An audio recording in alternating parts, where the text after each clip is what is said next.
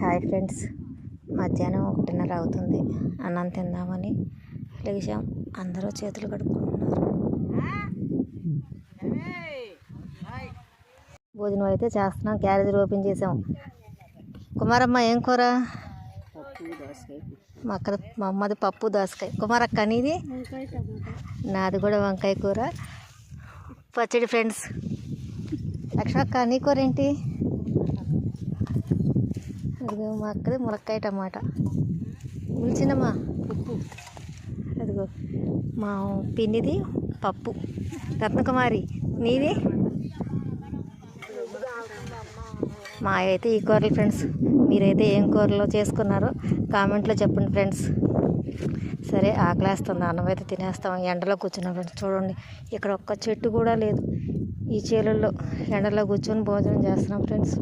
ఏం చేస్తాం చెప్పు మమ్మీ. ఇక చూసి చెప్పు.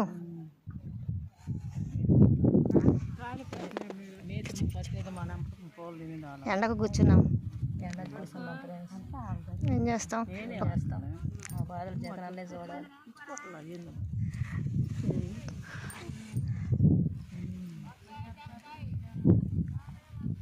వీడియోలు పోతే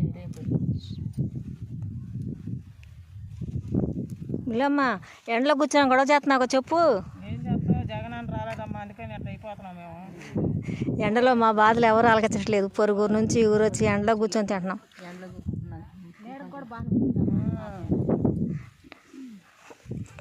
ఒకరన్నా మా బాధలు ఆలకించలేరు. మేము ఇలా ఎండలో కష్టపడి పని చేస్తున్నాం ఫ్రెండ్స్. మేము పని చేయకపోతే మిగిలిన వాళ్ళు ఎలా ఉంటారు? మేము కష్టపడి చేలో కూలి పని చేస్తేనే కదా.